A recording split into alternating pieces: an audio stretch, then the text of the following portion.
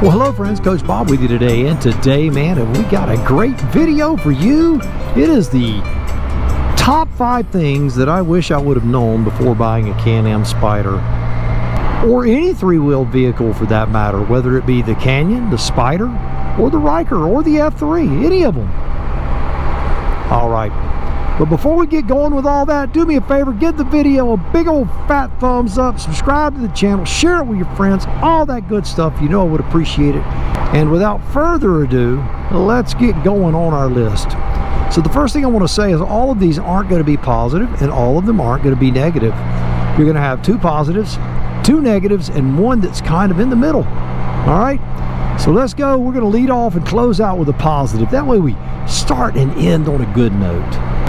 All right, so the very first thing is I wish I would have known how comfortable and how fun this was going to be, how exhilarating it was going to be.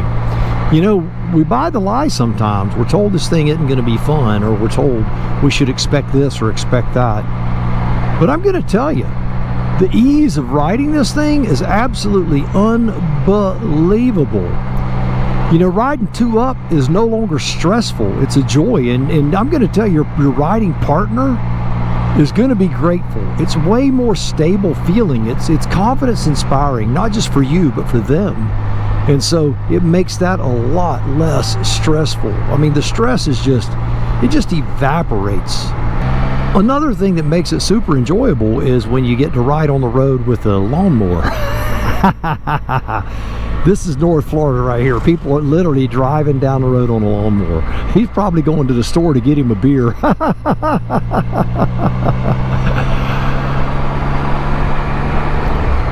But one of the things that makes it comfortable and enjoyable is its stability. You know, whether you're in a turn, whether you're on a straightaway, whether you're on a bumpy road or a gravel road, or you're in a parking lot at slow speeds, the stability, the stress of that thing falling over, it's just gone. It's just gone.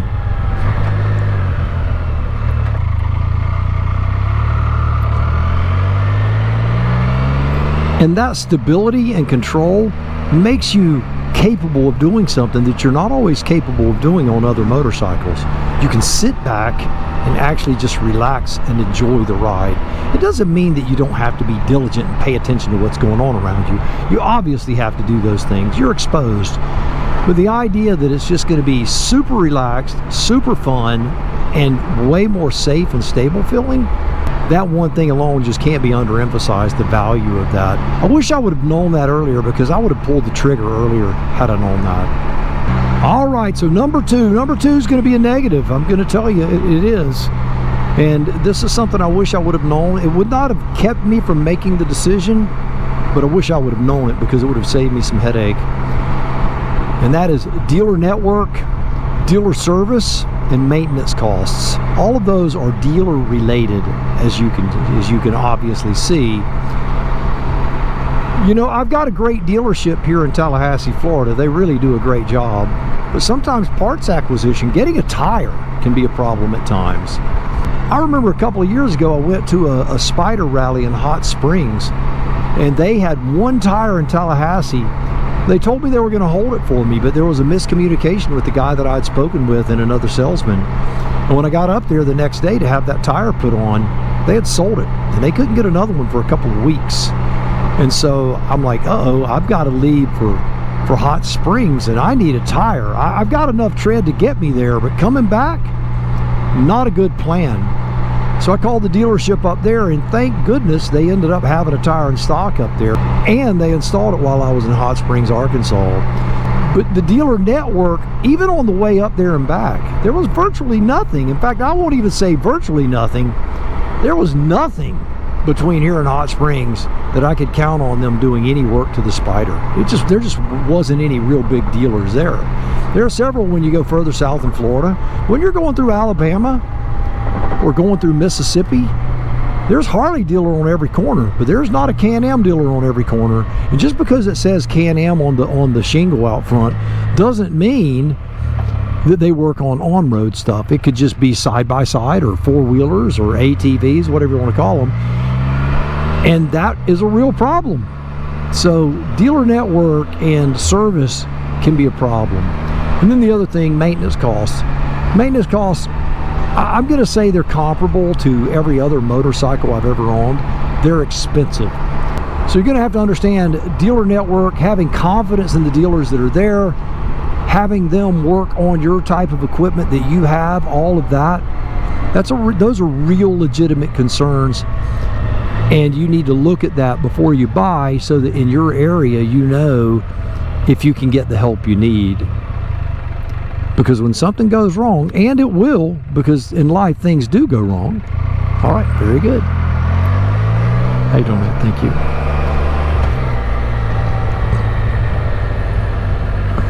How you doing? These guys are working hard today, man. I love it. I love it. Hard work is a good thing, my friend. I'm grateful for them. So, again, that wasn't a deal changer for me. I didn't even know I had a good dealer here. I just happened to have a good dealer. And we actually have a second dealership now that will work on them. They don't like working on them, but they will. And they have mechanics that are qualified to do it. All right. So number three is going to be not good or bad. It's just indifferent, but it's something I wish I would have known because it would have emotionally prepared me for the ride. And that is how sensitive the steering is. Now, I've mentioned this many, many times in many, many videos. When you come off of a two-wheeler, all of a sudden, the steering is like super sensitive and you feel like you're all over the road. And the reason you feel that way is because you are. A little touch, the Spyder, the Canyon, the F3, they move very, very quickly across the lane. And that sensitivity, it can lead to a little anxiety. And not only that, but you're no longer counter-steering. There is no counter-steering on here. You're steering. And so, understanding that you're having to steer this thing and not counter-steer it, that is in total opposition of all of the muscle memory that you've learned on a two-wheeled motorcycle. So understand the steering sensitivity and the lack of counter-steering versus steering. You steer this thing, you don't counter-steer. That means when you want to go left, you turn left. When you want to go right, you turn right. On a motorcycle, that's not how it works. If you want to go left, you push left. If you want to go right, you push right. It's the exact opposite on this. So those things right there, they make you have to think a little bit. So understand sensitive steering, counter steering, and steering. It's not a bad thing, it's an awareness thing. So that's number three, indifferent, but there it is. All right, well, we're gonna move on to the next negative, but before we do that, give the video a thumbs up, subscribe to the channel, share it with your friends, all that stuff. You know I would appreciate it. Leave a comment on your comment, then start yapping. It moves us up in the algorithm, and I love that. All right, so number four, what is number four that's negative? Well, number four is more psychological than mechanical, and it's this: constantly having to defend my position of why I choose to ride a Spyder. You know, anyone who says, I don't care what you ride, I don't care what I ride, I'm going to ride what I want to, all of that can be true. But the reality is, if you ride with others that are riding sport bikes, or you ride with others that are riding Harleys, or you ride with others that are riding adventure bikes, most of them, not all of them, but most of them, they are not the exception. They are the rule. They are going to criticize your choice. Well, why? Why did you choose three wheels? I don't understand. Well, you mean it was that expensive? You could have bought the BMW R1250, the R1300. What are you doing? Why would you buy that? You could buy a road glide or a street glide for what you paid for that darn thing. Why in the world would you want this over that?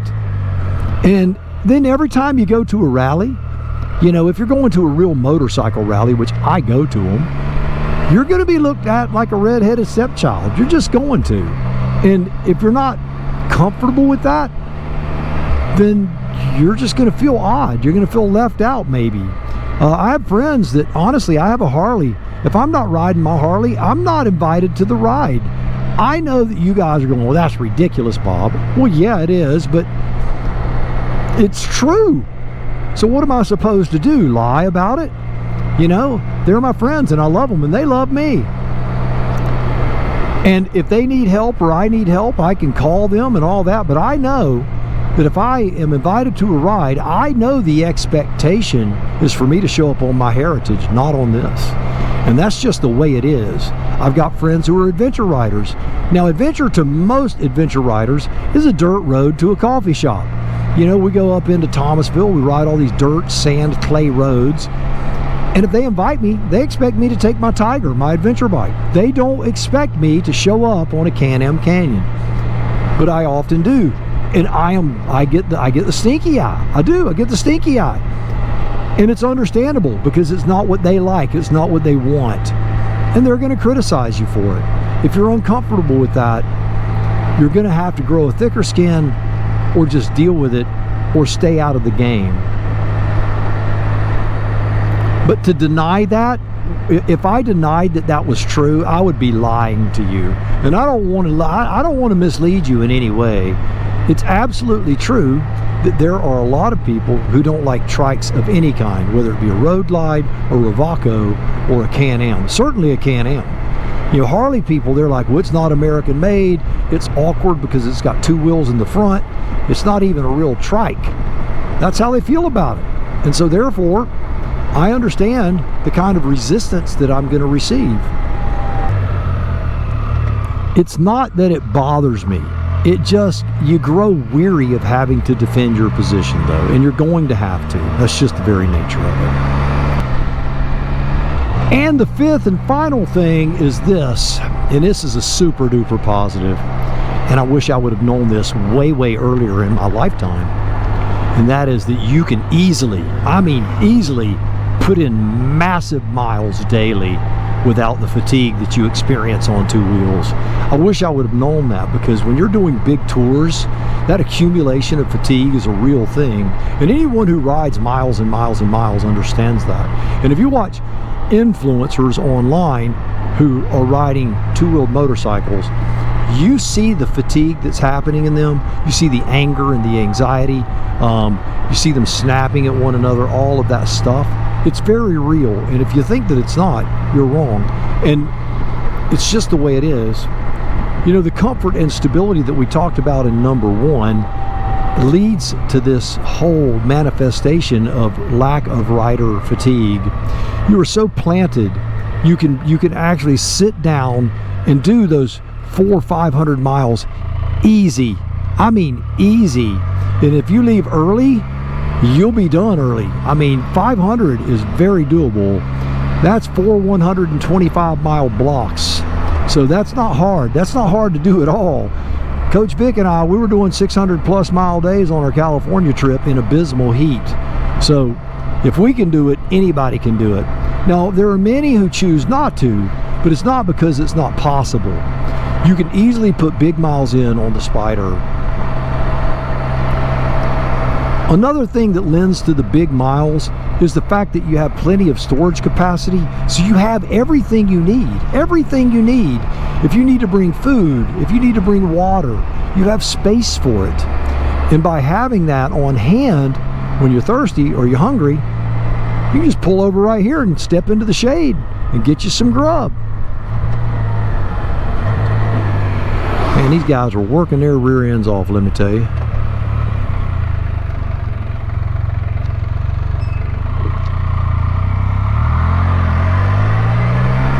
You know, I remember doing 400-plus miles a day on my Harley.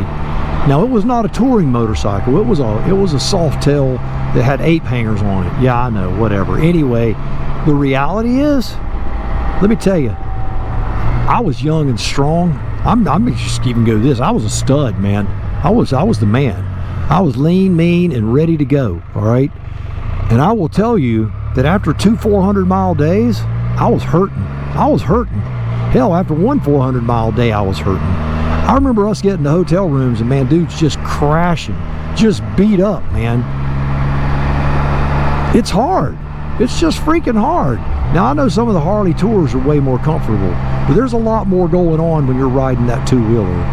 Now, I don't want this thing to ever be misconstrued as a car, because it is not a car. It's not that kind of comfort. That's just silly. There'll always be there. Again, you'll have to defend your position with that. It's just a car. No, it's not a car. But you could do massive miles on this thing. This thing is a true continent crosser. If Coach Vic and I, and her, my wife, for those who don't know, is a T7 paraplegic, that means her back was broken a long time ago, as into like 37 years ago. Her back was broken, and she did it. She sat on the back of this thing, and we did 600-mile days and 110-degree heat from Tallahassee to San Diego. It was nuts. It was beautiful. It was awesome. It was all of that, but it was a freaking hard trip. On a two-wheeler, I don't think she could have done that. I don't think she could have handled the emotional setbacks of each day, dealing with all of the actual physical movement that you experience that's so different than this. And the trip, I guarantee you, the trip from Key West to Maine, there's no way she could have handled it emotionally. It was hard as heck for her on this. When we were in the rain and all that stuff up in Vermont, and it was cold and things were slippery, when we were doing big miles in spite of all that, just amazing, just amazing. So big miles. If you are the type of person that wants to be able to do big miles, whether you do them or not is irrelevant. Just the very fact that you know you can, it is a game changer. It's liberating. All right. Well, there you have it, right? 5 things I wish I would have known before I bought my Spyder. All of them are relevant. All of them are important. There's 2 positives, 2 negatives, and 1 indifferent. All right. Well, there you have it. Another one in the books. So I want you to do me a favor. Yes, you go out, buy the motorcycle of your dreams, eat right, take care of yourself. And remember, if you're not having fun, you are most definitely doing it wrong. Now you go seize the day, and I will see you on the road real soon.